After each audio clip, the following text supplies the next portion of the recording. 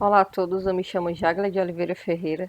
Irei falar sobre o trabalho cujo tema é Desempenho Agronômico do Amaranto BRS Alegria em função do espaçamento entre plantas.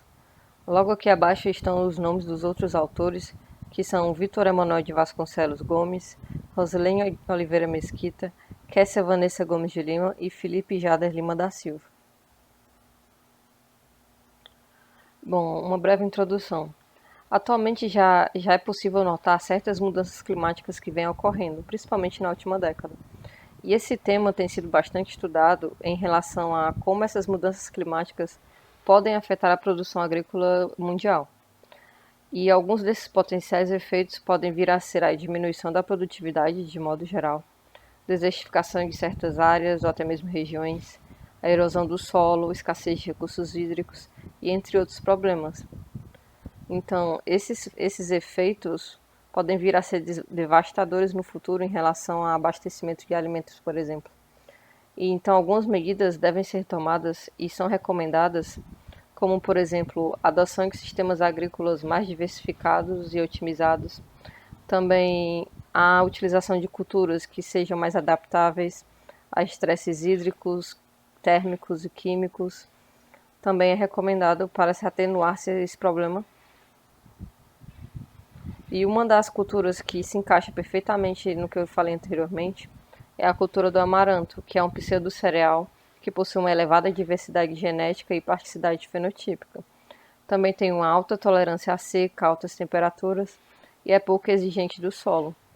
Também possui um alto valor nutricional. As suas sementes podem ser utilizadas na nossa culinária e também não possui glúten. Traz vários benefícios, né?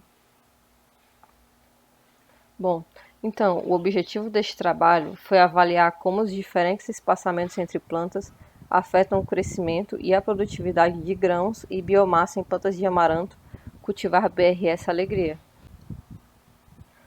Material e métodos.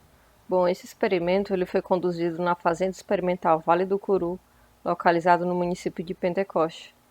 O delineamento utilizado foram blocos casualizados com 4 tratamentos e 5 repecções. Cada um desses tratamentos tiveram espaçamentos entre plantas diferentes, que foram de 25, 30, 35 e 40 centímetros. Já o espaçamento entre linhas de plantio foi de 80 centímetros em cada tratamento, em todos. A área experimental total foi de 500 metros quadrados e cada talhão possuía 3,2 metros de largura por 6 metros de comprimento, com 5 linhas de plantio. Mas as linhas que foram utilizadas foram apenas as 3 linhas centrais. A área útil que foi utilizada. Foram feitas também adubações foliares semanais com fertilizante solúvel Greenleaf na formulação 20 por 20 por 20 inicialmente. No caso, foram até os 15 dias após o transplantio. Após esses 15 dias, as adubações foram feitas na proporção 12 por 48 por 8 durante o restante do ciclo. E essa adubação foi baseada na recomendação para a quinoa que foi utilizada por Oliveira Filho. O sistema de irrigação adotado foi o de microaspersão, com as irrigações concentradas no período da manhã. E também, sempre que necessário, foram feitas capinas manuais.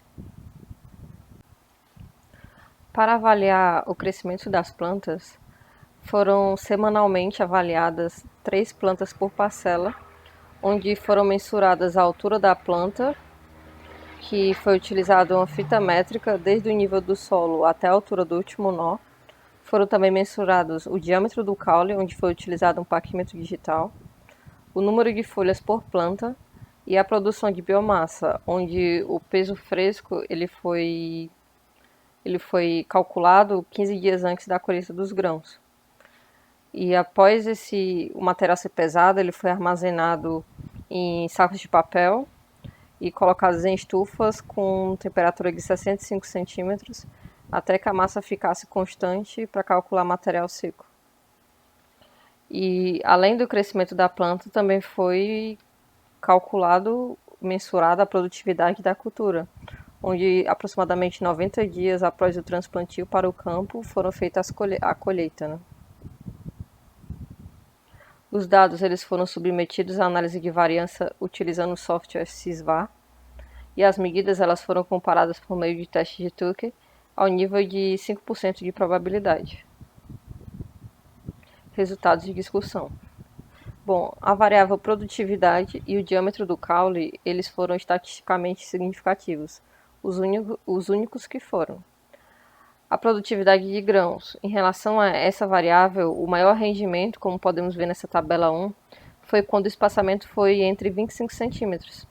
Já as demais médias, nos outros espaçamentos, não foram valores significativos, não tiveram diferença significativa. Já a variável diâmetro do caule, podemos observar nessa tabela 2 que o que obteve o maior diâmetro foi o espaçamento de 35 centímetros e o menor foi o de 25 centímetros, que anteriormente tinha sido o que teve a maior produtividade, porém em relação ao diâmetro do caule, ele foi o que teve o menor número, né? E ele, por ser esse diâmetro ter sido o mais baixo, isso é explicado, já foi citado anteriormente no trabalho do Fitterer, onde essa causa foi porque o aumento da população de plantas ela resultou na diminuição do diâmetro, ou seja, com espaçamento de 25 centímetros, as plantas ficaram mais adensadas. E esse adensamento pode ter causado essa diminuição do diâmetro, né? Conclusões.